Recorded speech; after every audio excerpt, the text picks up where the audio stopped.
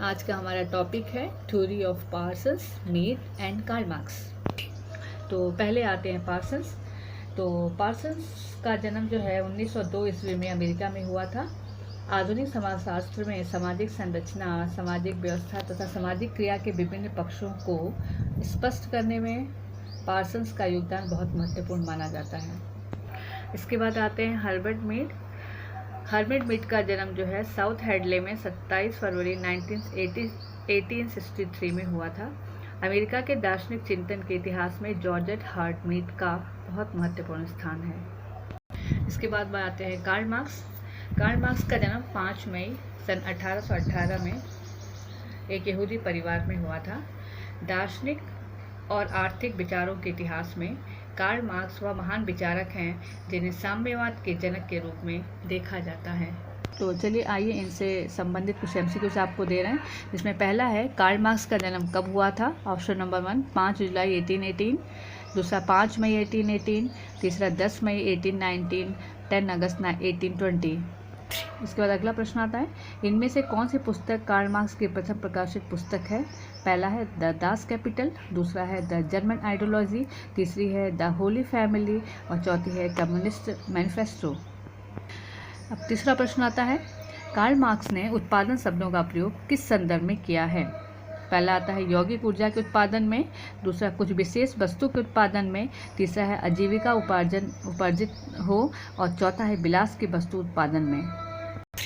अब अगला प्रश्न आता है, किस युग को वर्ग विहीन समाज कहा जाता है। पहला है साम्यवाद, दूसरा दास युग, तीसरा सामंतवाद, चौथा पूंजीवाद। अब इसके बाद नेक्स्ट अगला प्रश्न है, यह कथन किसका है कि मनुष्य की संयुक्त आवाज में बहुत शक्ति होती है। पहला है वेवलिन, दूसरा कार्ल मार्क्स, तीसरा सरोकिन, चौथा कार्लाइल। नेक्स्ट प्रश्न है, किसने वेबर के सामाजिक क्रिया की अवधारणा को एक अस्तित्ववादी अवधारणा कहा। पहला ऑप्शन है वेबर, दूसरा ऑप्शन है रूसो, तीसरा ऑप्शन है पेरेटो, चौथा ऑप्शन है कार्ल मार्क्स। अब इसके बाद अगला 7वां प्रश्न है, एक जिलाधिकारी की सत्ता किस सत्ता के अंतर्गत आती है। आपको बताना ऑप्शन में नंबर 1 में आते हैं परंपरागत सत्ता, दूसरी चमत्कारी सत्ता, तीसरी सर्वोच्च सत्ता, चौथी वैधानिक सत्ता। अब प्रश्न नंबर 8 है आपका, स्व तथा आत्म के विकास का मुख्य आधार क्या है। क्वेश्चन रिपीट कर रही हूँ मैं, स्व तथा आत्म के विकास का मुख्य आधार क्या है। ऑप्शन पहला समाज, दूसरा मस्तिष्क, तीसरा संचार, चौथा प्रतीक।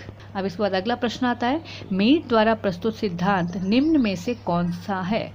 मीड द्वारा प्रस्तुत सिद्धांत निम्न में से कौन सा है। ऑप्शन नंबर 1 है प्रत्यक्षवाद, दूसरा है प्रतीकात्मक, तीसरा है प्रघटनाशास्त्र, चौथा है अंतःक्रियावाद। अब अगला प्रश्न है, मीड किस देश से संबंधित हैं। पहला तो ऑप्शन रूस, दूसरा अमेरिका, तीसरा इंग्लैंड और चौथा फ्रांस। अब अगला प्रश्न आता है, पार्सन्स समाज को किस रूप में मानते हैं। पहला ऑप्शन है मूल्यों के प्रति वचनबद्धता, दूसरा मूल्य, तीसरा समूह भूमिका और चौथा लक्ष्य की प्राप्ति। इसके बाद अगला प्रश्न आता है, पार्सन्स ने सामाजिक व्यवस्था का आंतरिक लक्ष्य कौन सा है। पहला है लक्ष्य प्राप्ति, दूसरा एकीकरण, तीसरा संघर्ष, चौथा तनाव की समाप्ति। अगला प्रश्न है, मिश्रित प्रतिमानित विकल्प का उदाहरण निम्न में से कौन सा है। पहला मित्रता, दूसरा दाम्पत्य संबंध, तीसरा नातेदारी, चौथा इनमें से सभी। अब अगला प्रश्न आता है, मध्य सीमा का सिद्धांत किसके द्वारा दिया गया। पहला है मार्टन, दूसरा पार्सन्स, तीसरा दुर्खिम, चौथा आनंद बिताई।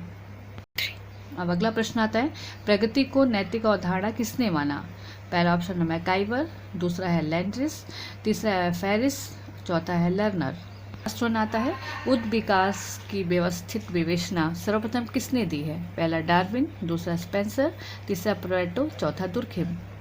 पार्सन्स, मीड और कार्ल मार्क्स, ये तीनों टॉपिक मैंने आपको पढ़ा दिया है और ये जो मैंने आपको एमसीक्यूज दिए हैं ये तीनों टॉपिक के थ्योरीज के इंपॉर्टेंट एमसीक्यूज है। होप है कि आप कर लोगे।